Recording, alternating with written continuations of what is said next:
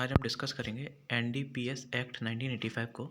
Narcotic drugs and psychotropic substance act 1985 है इसका नाम पूरा।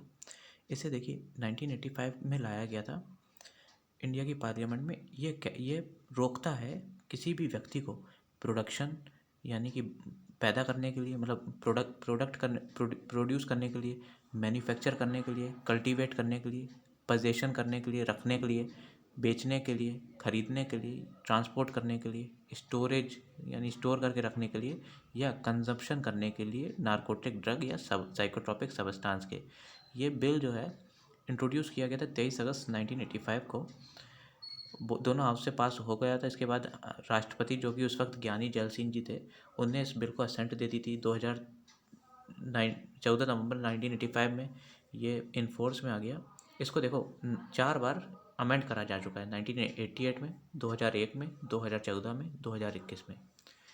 और ये एक्सटेंड होता है, मतलब ये बिल के प्रावधान जो हैं वो ना केवल इंडियंस पे लगेंगे, बल्कि ऐसे इंडियंस जो इंडिया के बाहर रह रहे हैं उन पे भी लगेंगे। अगर कोई व्यक्ति जो कि इंडिया की शिप में या इंडिया के एयरक्राफ्ट में बैठा है तो उनके ऊपर भी इसके प्रावधान लगेंगे।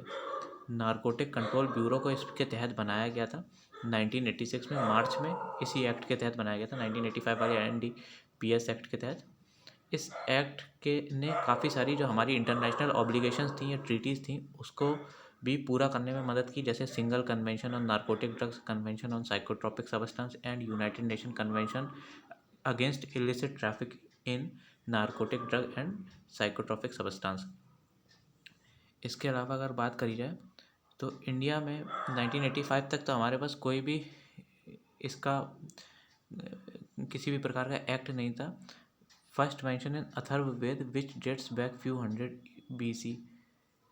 कैनबिस स्मोकिंग, मतलब शायद कैनबिस मीन्स वो होता है, क्या बोलते हैं उसे, धतूरा या पता नहीं क्या बोलते हैं उसे, चरस बोलते हैं, या जो इस तरीके से कुछ सब्सटेंस होता है। उसके बारे में 2000 BC में अथर्ववेद में लिखा हुआ था। इंडियन ड्रग कमीशन जो बनाया गया, इंडियन हेम्प ड्रग कमीशन जो बनाया गया था, इंडो ब्रिटिश स्टडी में, उसने कैनबिस के यूज़ को, कैनबिस मीन्स क्या होता है देख के बताते हैं आपको, गांजा होता है कैनबिस का यूज़। ओके, हाँ।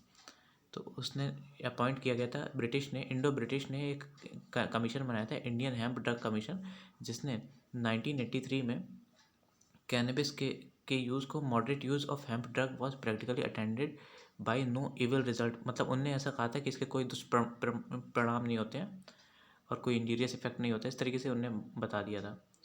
चलो, पनिशमेंट नहीं देखना है।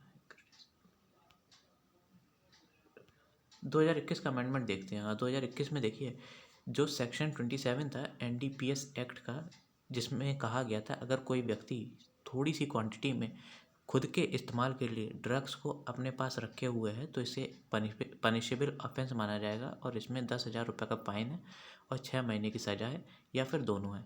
लेकिन इस बार देखो, सोशल जस्टिस एम्पावरमेंट मिनिस्ट्री ने कहा कि ऐसा करना ठीक नहीं है, क्योंकि एक व्यक्ति अगर खुद के कंजप्शन के लिए ड्रग रखे है तो वो तो एक तरीके से मानसिक तौर पे एडिक्ट हो चुका है, तो उसे रिहेबिलिटेशन कराना चाहिए, डी एडिक्शन कराना चाहिए, ना कि जेल भेज देना चाहिए। देखो, इस बार की जो गवर्नमेंट है उसने कहीं ना कहीं रिहेबिलिटेशन पे ज़्यादा ध्यान दिया। इवन जो पहले सेक्शन 309 था आईपीसी का, जो कि सुसाइड को क्रिमिनल ऑफेंस बनाता था, तो इस बार की गवर्नमेंट ने 2014 के बाद जो गवर्नमेंट आई है उनने 2017 में एक एक्ट लाके, मेंटल हेल्थ एक्ट लाके, सुसाइड को भी डीक्रिमिनलाइज कर दिया था, यही कह के कि उन लोगों को रिहेबिलिटाइज कराना चाहिए, रिहेबिलिटेशन सेंटर में भेजना चाहिए, ना कि उन्हें जेल भेज देना चाहिए। कुछ हद तक बात सही भी है उनकी। बहरहाल इस बार सेक्शन 27 होता है एनडीपीएस का, जिसमें प्रावधान था कि कोई व्यक्ति खुद के कंजप्शन के लिए अगर ड्रग्स छोटी सी क्वांटिटी में रखे है तो उसे 10,000 रुपये की सज़ा या 6 महीने की सज़ा या फिर दोनों दी जा सकती है। उसे ख़त्म करने की बात कही। उसका रीज़न ये था कि कई बार क्या होता है, कोर्ट में जजेस सज़ा दे देते थे, फिर बाद में उस व्यक्ति के पास, वो तो खुद ही एडिक्टेड है, बेचारा परेशान है, उसको ज़रूरत है कि किसी प्रकार की सहायता मिली जाए, किसी सेल्फ हेल्प ग्रुप से, किसी एनजीओ से, ना कि 10,000 रुपये उससे वसूल लिए जाए, 6 महीने तक जेल में रखा जाए। बहरहाल बस इतना ही है। Thank you.